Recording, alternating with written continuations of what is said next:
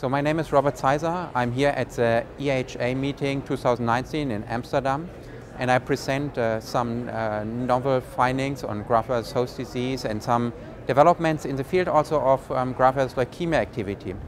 Allogeneic hematopoietic stem cell transplantation is a major therapeutic intervention for a majority of patients with acute myeloid leukemia. For those patients, chemotherapy is often not curative, and allogeneic transplantation can provide an immune effect that then leads to cure of those patients. However, there are important side effects of allogeneic transplantation. Those include infections and graft-versus-host disease. Graft-versus-host disease is a serious complication. It affects mainly the intestinal tract, the liver and the skin. Prophylactic measures include the use of T-cell depleting agents like ATG or post-transplant cyclophosphamide, but also immunosuppressive standard drugs including cyclosporin A or tacrolimus as a backbone, and then combined with methotrexate or mycophenolic acid. Novel developments have been made in the field of the treatment of steroid-refractory graft-versus-host disease.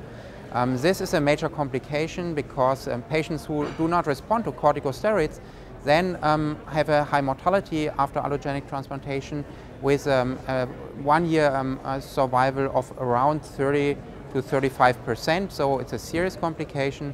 And in recent years, a lot of novel approaches have been tested and developed from the preclinical model into clinical trials. Those include, for example, the inhibition of Janus kinases 1 and 2. Recently, in the FDA approved ruxolitinib as a JAK1 and 2 inhibitor for the treatment of corticosteroid refractory acute graft-versus-host disease. A while ago, the same has happened for corticosteroid refractory chronic GvHD, where ibrutinib was the first approved treatment. The immunosuppressive approaches have to take into account that you also want some immune activation because you need a control of the leukemia, and this control of the leukemia is brought about by the allogenic T cells. In patients who are beyond day 100 post-transplantation, relapse is a major cause of death, and therefore novel strategies to interfere with leukemia relapse and to promote T-cell activation are urgently needed.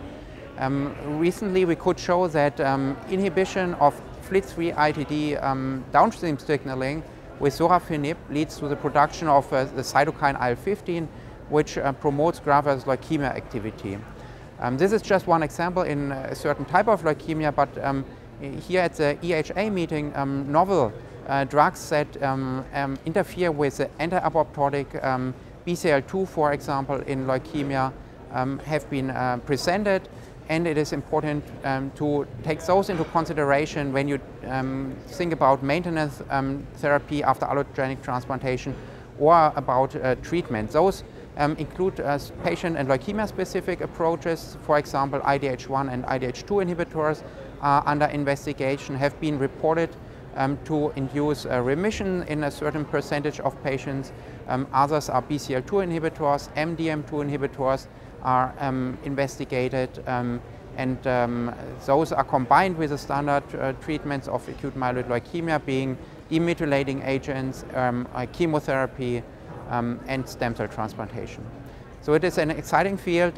You have to take into account when you treat graft-versus-host disease that you need some activity of the donor T cells, and I'm very much looking forward to see the future developments in the coming years.